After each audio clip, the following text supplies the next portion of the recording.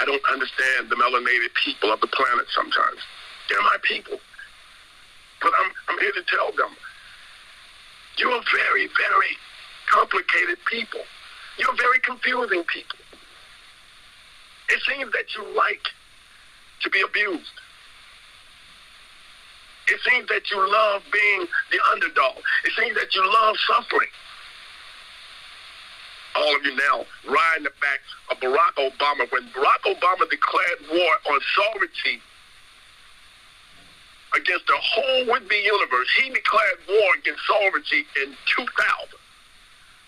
It was already established. He went into the White House in 2008 and declared war on sovereignty. And right now, sovereignty has not yet been totally brought to existence for your benefit because you keep riding his back. You keep sucking up to him. Every time he opens the zipper, you take a drink. Stay with me. And he declared war on your freedom. He declared war on you. Every time now, a Moor gets taken to jail. I'm talking about a black Moor. You know who I'm talking about. About you can hear me. Every time one of them gets taken to jail now, the first thing that they claim is that you're claiming to be some would-be sovereign citizen. You're not claiming to be a sovereign citizen. You're claiming to be sovereign, period. And there's a difference. Every time some true Hebrew Israelite gets carried off to jail right now, they blame him for being in some sovereign group, doing some sovereign plan, working with some sovereign group of people. You're not doing that. You are sovereign because you came from God. You're a sovereign principle. Every time an individual now declares that he is a man or that she is a woman and she has the right to make her own decision, whether she wants to go with a group or a crowd or a member or any other would-be citizen or whatever, they have the right to declare that they don't want to. That's sovereign. And every time you do that in the United States of America right now, they try to classify you as being nothing more than a terrorist. They try to claim that you are unfit. They try to claim that you're unproductive because you do not want to comply with the many things in which they have put together.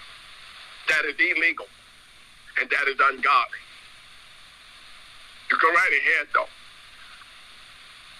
10 secrets of the Vatican has already been exposed. They're still having regular exorcisms at the Vatican. Exorcisms.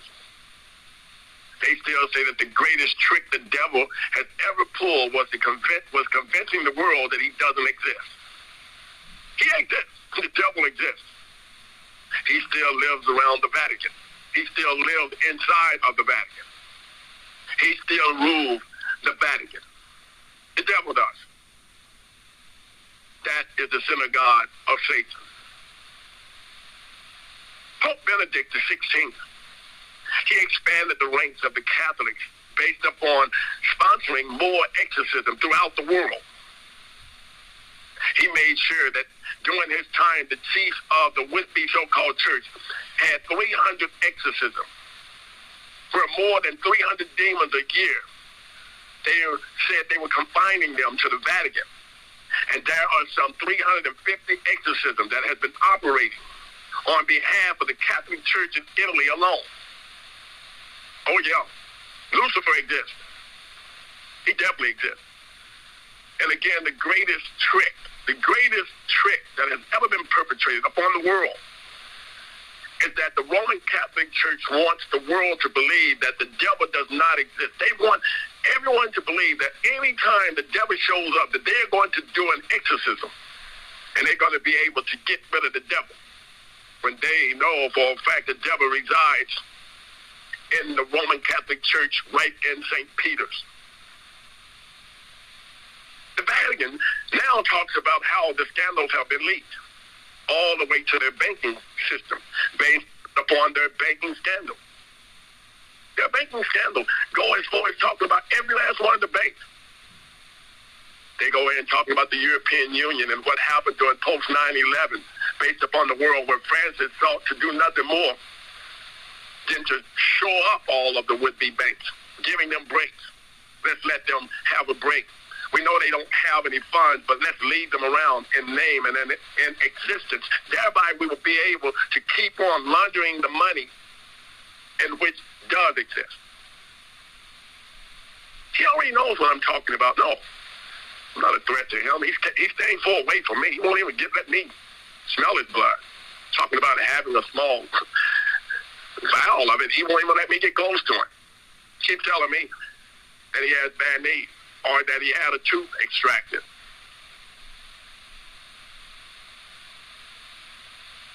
Newly unsealed Vatican archives lay out evidence of Pope Pius. I know, you would want me off. All of the things that are happening now, they cannot prevent it. No, I'm not in fear. They are, because they know my very voice is going to bring on something that they do not want. It's going to bring on destruction before it brings on what they want. There's a time for everything under the heavens. There's a time and a place for everything under the sun. There's a time to laugh, as well as there's a time to cry. Help us out, Ecclesiastic, because this is who I am. And when I speak, those very things are going to happen, and they don't like that. But they know they will not be able to touch me because they cannot touch my Father. To everything there's a season, a time for every purpose under heaven, a time to be born, I say to the world, and a time to die. There's even a time to plant, being that there's a time to pluck up what is planted. There's a time to kill, they would say, but I say it also, there's a time to heal, a time to break down, and a time to build, a time to weep, and a time to laugh. There's a time to mourn, and a time to dance. There's a time to cast away stones, and there's another time to gather these small stones back up together again. There's a time to embrace and a time to refrain from embracing.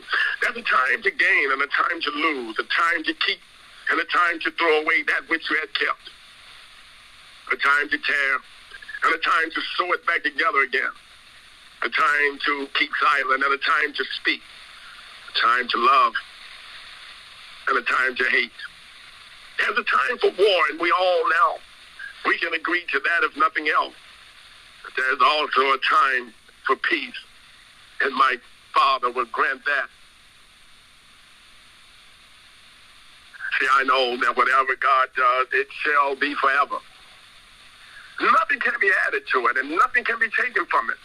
God does it that man should fear before him. That which is has already been, and what is to be has already been. And God requires an account of what is in the past. I do thank my host for a great, I would say, introduction to the new world. For this is the new world. It's a new beginning.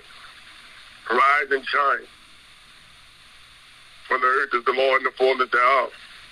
All that is within it, all that is beneath it, all that is around it, and all that is above it, it belongs to my Father. I say again, what belongs to my Father belongs to me. I want to share this with you before I leave to this particular night. I had a brother. He decided that he wanted to send this to me, and I know he did it out of pure humor, I would say. It's his way of sending me humor. And I so enjoy his humor, I would tell him that. He kind of sent me this, and I think he sent it by way of a question. And he says to me, he says, when Jesus was a carpenter, what did he make? I answered him to begin with, and I said, let's just say after the 6th day, of all that he had made, he rested. You tell me, what did he make? So he decided to come in again. He says, I ain't talking the human Jesus. He said he tricked out a synagogue. But what else did he make? And I say to him, I'm so glad that when he tricked out the synagogues, he made man. And man became a living being. And that man, he has now become one with Jesus, your Jesus. For this Jesus of yours, he has become one with man, and man has become one with him, but both of them have become one with God. For these three, they have become one. And I say to you, you cannot have one without having the other. And thereby there has been nothing that has been made that was not made by me. Meantime, I looked outside my window. It's dark out there. There's a desk sitting there that has a small candle on it. And I say to you, it looks bright. It looks like it's day still to me, and man must work while it's still day, for when night cometh, no man can work. My work must go on, and my days are getting longer than my night. You will get an opportunity to sleep. So to my friend as well, knowing that he will send me another statement, I want him to understand that while you were sleeping, I and my Father, we were making the world. Peace and love, and nightfall.